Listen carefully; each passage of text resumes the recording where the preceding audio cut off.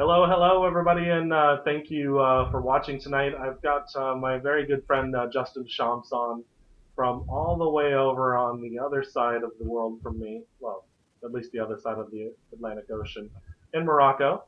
And so, hi, Justin. How are you doing? I'm doing great, Jeremy. Great to be here. Absolutely, absolutely. So, I was just wanted to bring up, and we were just talking about before we started recording.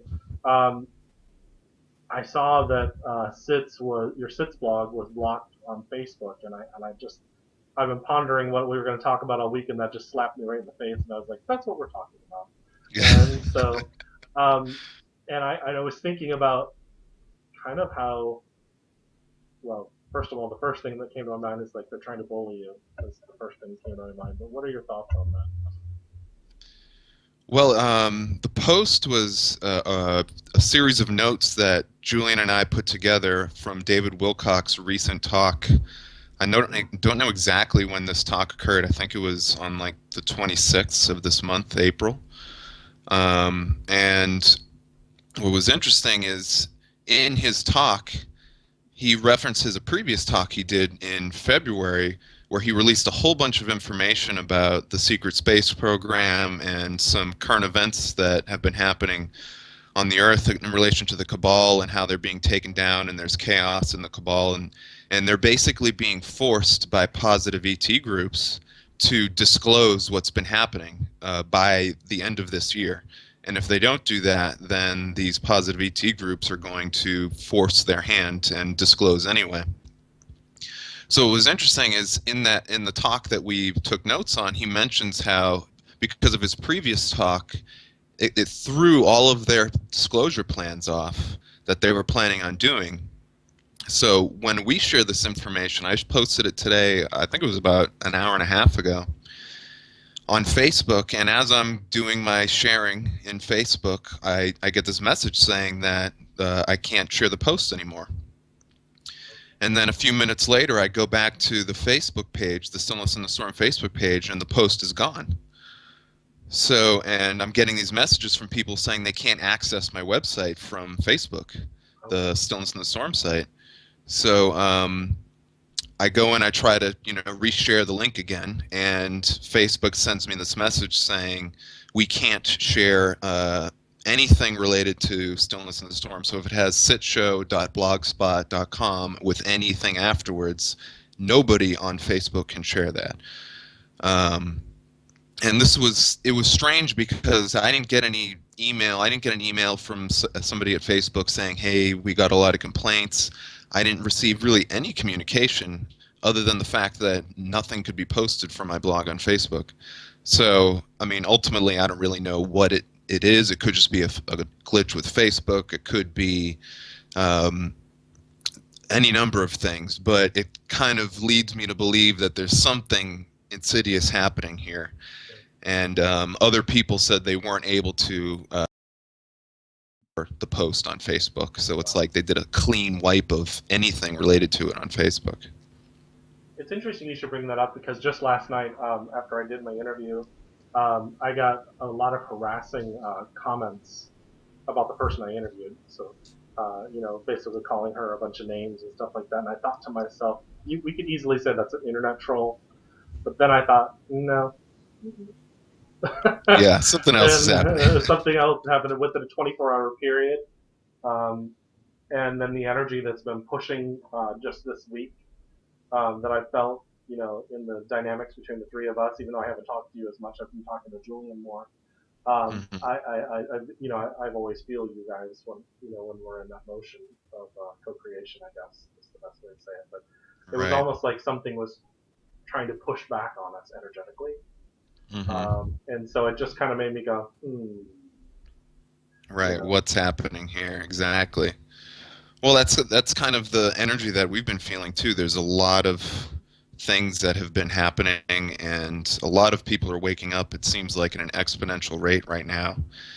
And if a lot of the other information I've been receiving from other sources is accurate, then basically the controllers are in complete disarray, and now our time of taking action and really using all the knowledge we've been gaining over the past few years is really going to come to the fore, especially when a lot of people are really going to be open to these awakening ideas or the truth that has been suppressed for so long.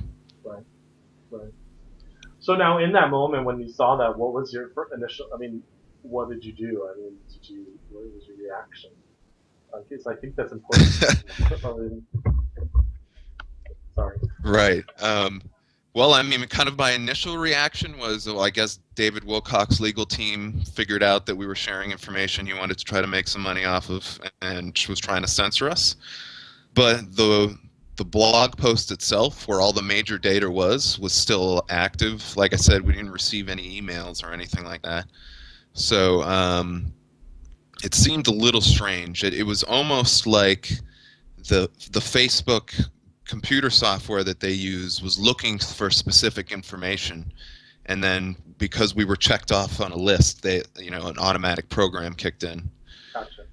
And I mean, as I'm going through the notes last night when we're actually typing up the notes, synchronistically, Julian and I have been sharing a lot of the stuff that he's been talking about is major indications that there is real change happening. We've already been sharing it on the blog like since we started. Some of the posts that I linked inside the blog as for supportive information were from like 2013.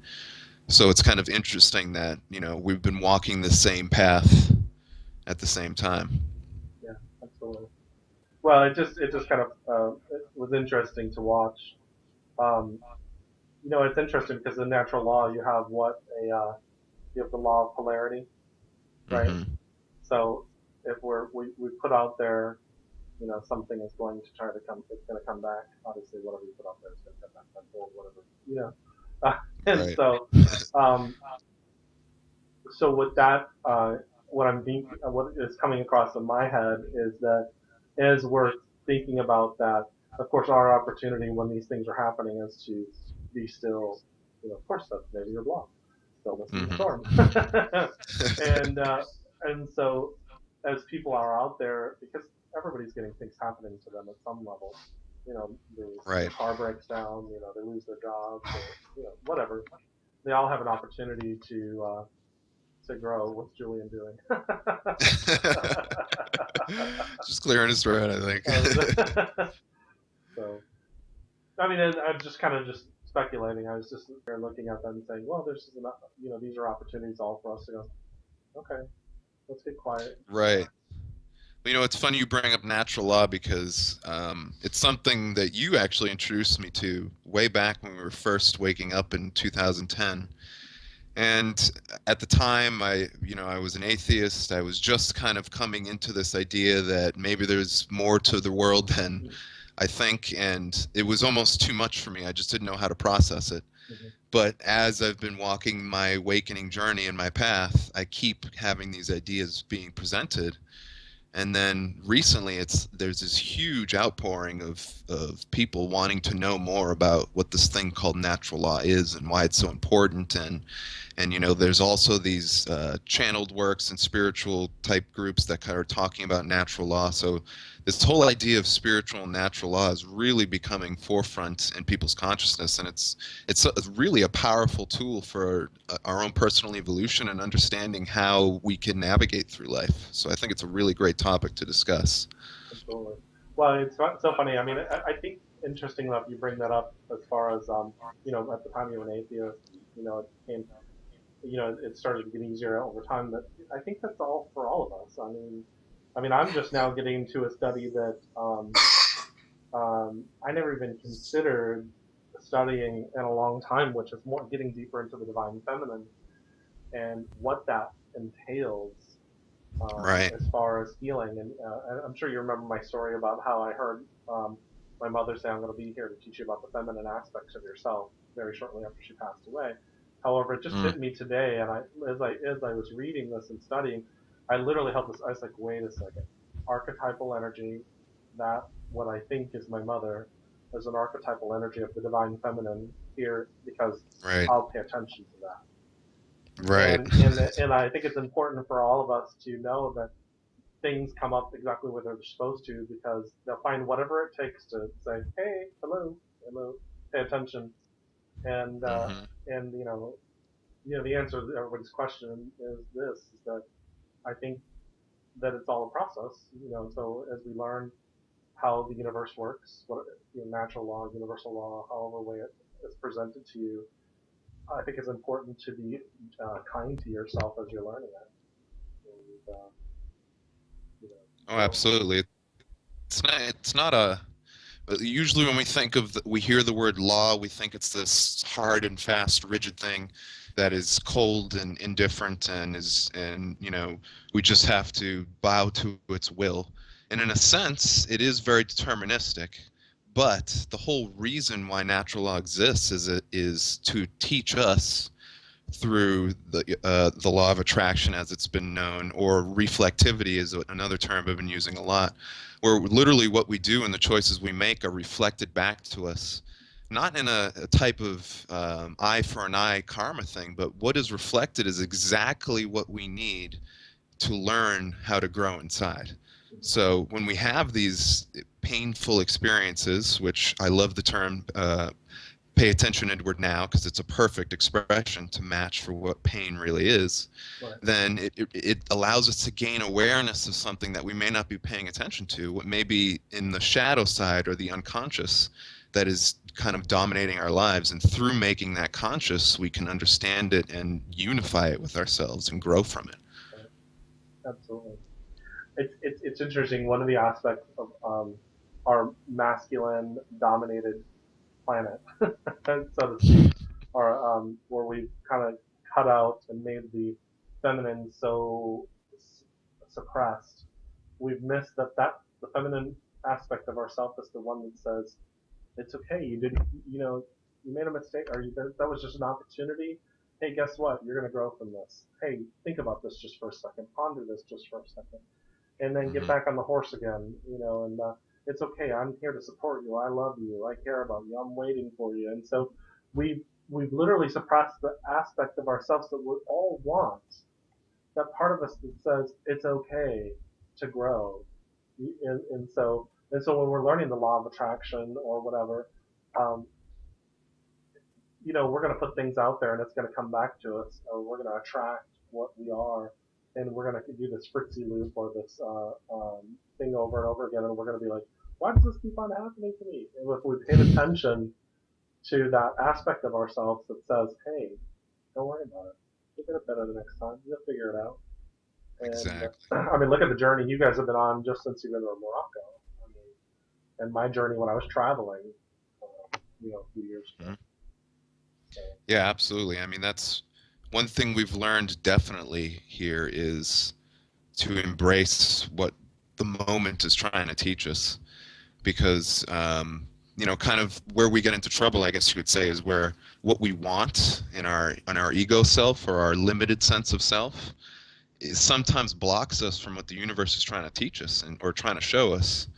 And by really opening yourself up to the moment and embracing the full breadth of what's happening, including all the mistakes and the things that you say you don't want, then you can really learn from yourself and learn what, you can have the eyes to see what's really amazing out there in front of you.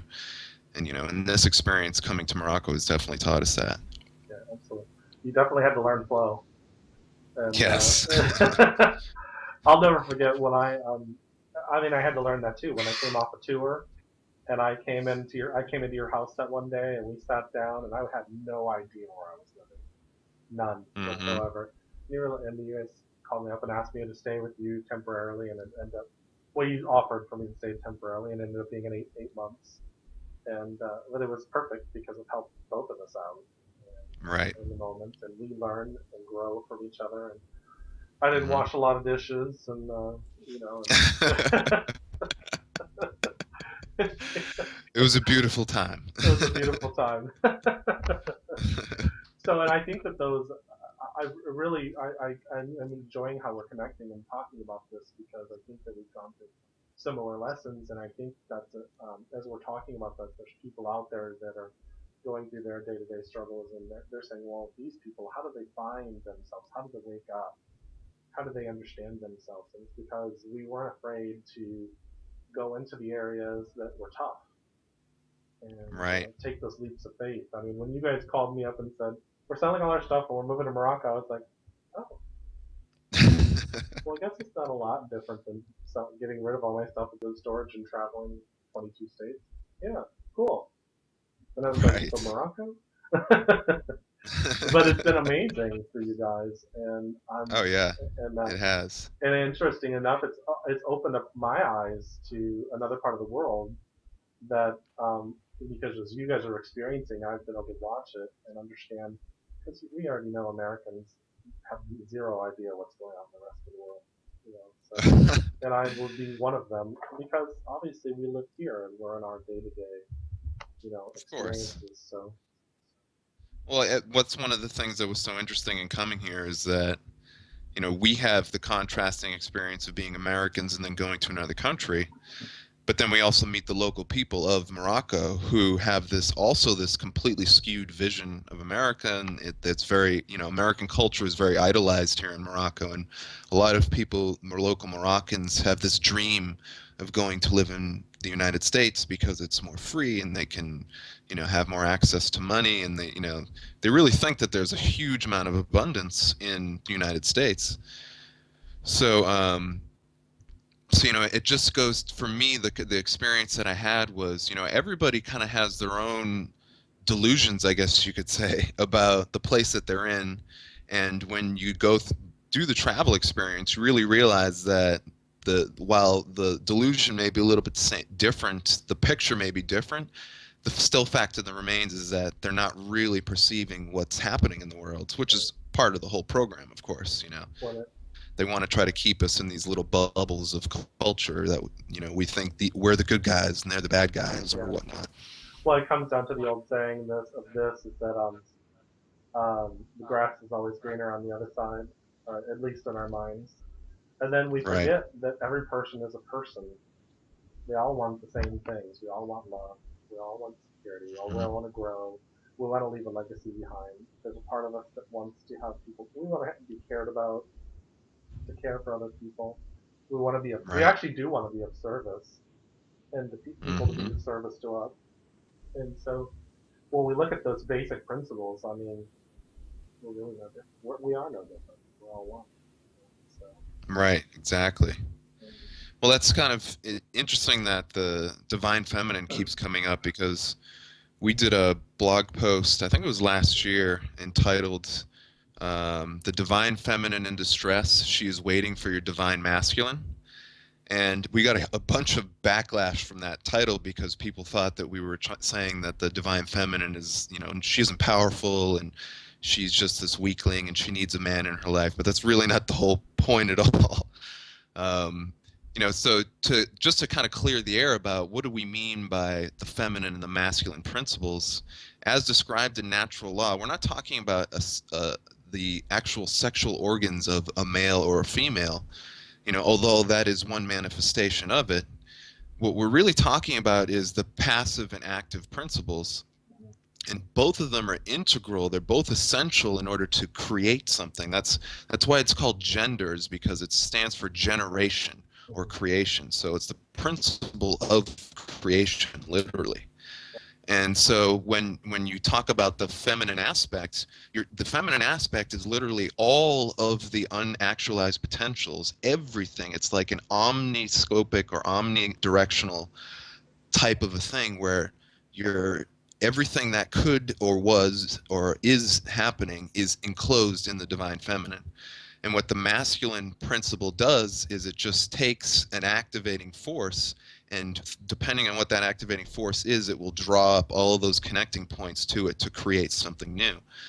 So, a really good example of that is your mind. In your mind, you have your unconscious mind, which is the feminine aspect, and you have your conscious mind, which is the masculine aspect. And all the time, there's a constant generation happening between the two. Literally, as my words are being spoken and as you're hearing them, your conscious mind is hearing them and it's decoding them. And from all of your experiences in the past, even things you don't even remember, it's literally weaving those things together to form a meaning in your mind for the words that I'm describing. So in that sense, the divine feminine is really, it's that aspect of yourself that is omnipresent. It sees everything. And then when you use that masculine aspect, you take like a light and you shine it out through all of this knowledge you've been acquiring your whole life, and you can really start to pull all of this stuff out through yourself. Yeah, absolutely. Because the divine masculine is giving, and the divine feminine is receiving. And it's a flow, and that's Right. natural order. That's natural law. Because we really look at the natural laws, and I mean, there's different versions of them. They're Hmm. basically the same, and it's like when we look at that, that's the ebb and flow of the universe, and these laws can never change. Now that Right. ticks people's egos off and says, "Oh, there's that," and the truth is that they're missing. I have free will. Absolutely, you have free will. You have free will to be resistant, or you have free will to fall into the flow. And your true free will happens when you fall into the flow of the natural order of things, because then you come Hmm. to oneness with your super consciousness, or as you were talking about, your subconsciousness, and the conscious, they merge and then they come together as one. And that's really what it means in the Right. biblical sense of a man and a woman shall marry and they shall become one. And it has zero to Right. do with marriage as far as physical marriage. And of course, they've taken those principles, and I'm finding the study I'm doing, all the those Middle Eastern, North African, European religions all were the same. They were all the same. Of course, the Eastern ones were as well, and because those archetypes appeared in whatever manner that it came for that person, that they had this experience, like Muhammad had an experience based on this, or this person had an experience. The philosophers of Greece had this experience, and they wrote these archetypes in a way to for people to understand, or the way they understood. Right. Sorry, um, and we're so busy trying to rationalize and make sense of them and segment them and make them, this and this and this, and then we get mad because we think that somebody's trying to say we're wrong, and the truth is that when we know who we are here, then all this becomes that much more rich, and when we look at it, we're like, cool. Those are all very similar. Right. and, Exactly. and Well, yeah, that's one thing that we've been doing a presentation series with Sierra and Berlina from Galactic U Radio, Practical Knowledge for the Awakening, and the first two episodes we talk about this idea of truth, and we try to really hammer out some of the vocabulary, because really when we talk about truth, this idea of a singular truth it's really sets the context for this whole process of awakening that we're going on, and simply what the singular truth is it's saying that there's only one truth, but this truth is infinite in scope and application.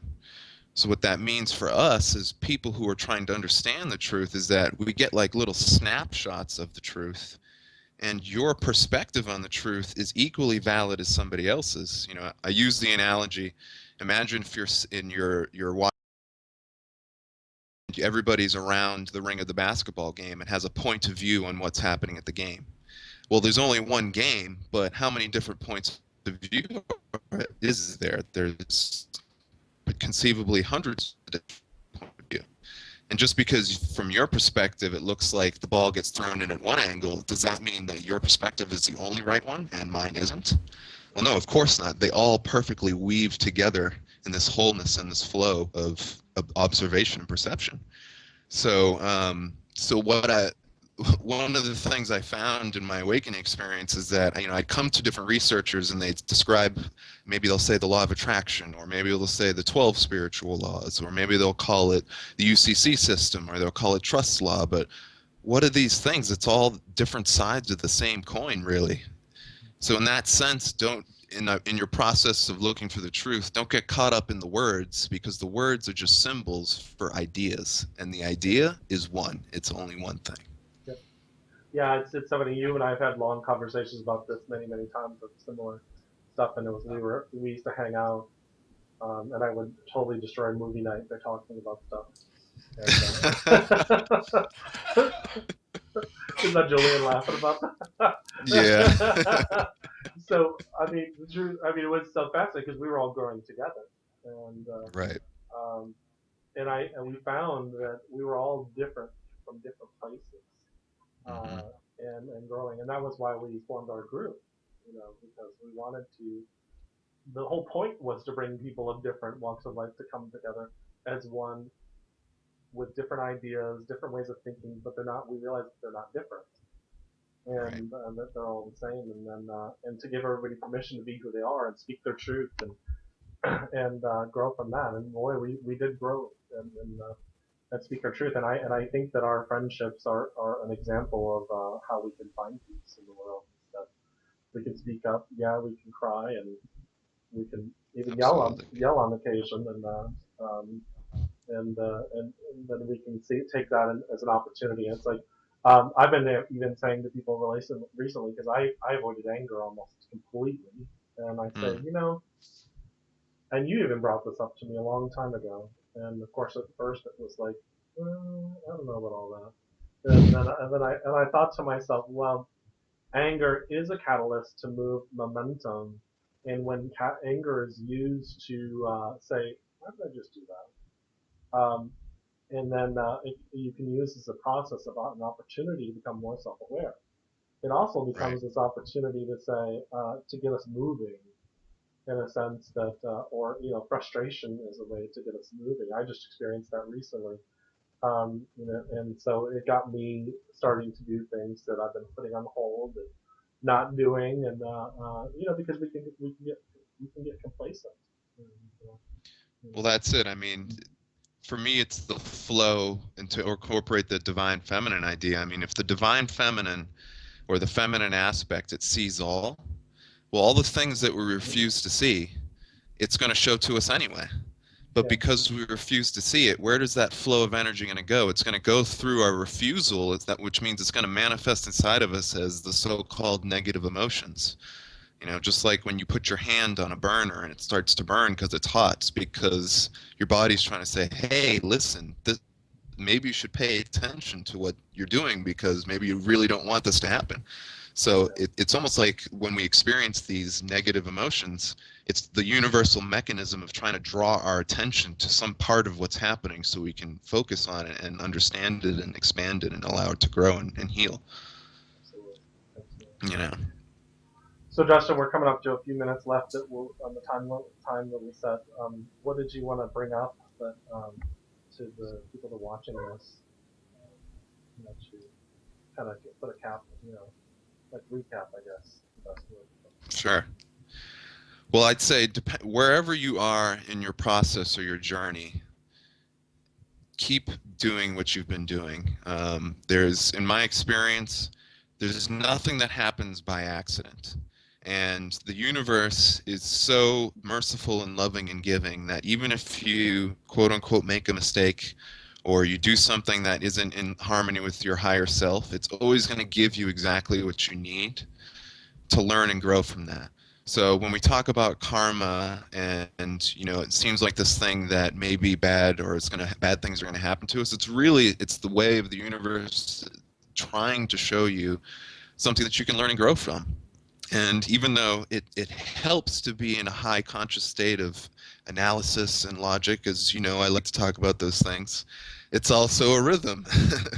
You go from critical analysis, trying to figure out what happened, to then being accepting and loving and allowing that new transformation of experience to flow through you.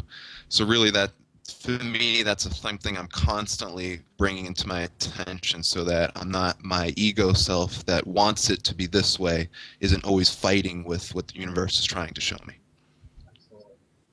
Well, Justin, what's your blog? Can you give everybody the link to your blog? Sure. Our blog is Stillness in the Storm, which is Sits Show, SITSSHOW.blogspot.com. And you can find us on Facebook, Stillness in the Storm, Twitter, Stillness in the Storm, and we also have presently a campaign. We're fundraising right now to go back to the United States. I have a goal of $2,000 to get some airline tickets and head back there. So if you have interest in taking a look at that, just go to our blog and click on the link for a campaign, and you can read about that. Awesome. Well, thank you very much, Justin. And just so you know, we're going to be doing a series of these. I know Justin and I'll talk about the frequency of how that's going to work out. And if there's any topics that you guys would like us to discuss or bring up, you can message us on Facebook or on Twitter. My website is www.jeremymcdonald.net. They have contact information. I have contact information. Shoot us an email or shoot us a message, and we'll definitely try to bring up this subject as we do this series. So thank you very much for watching.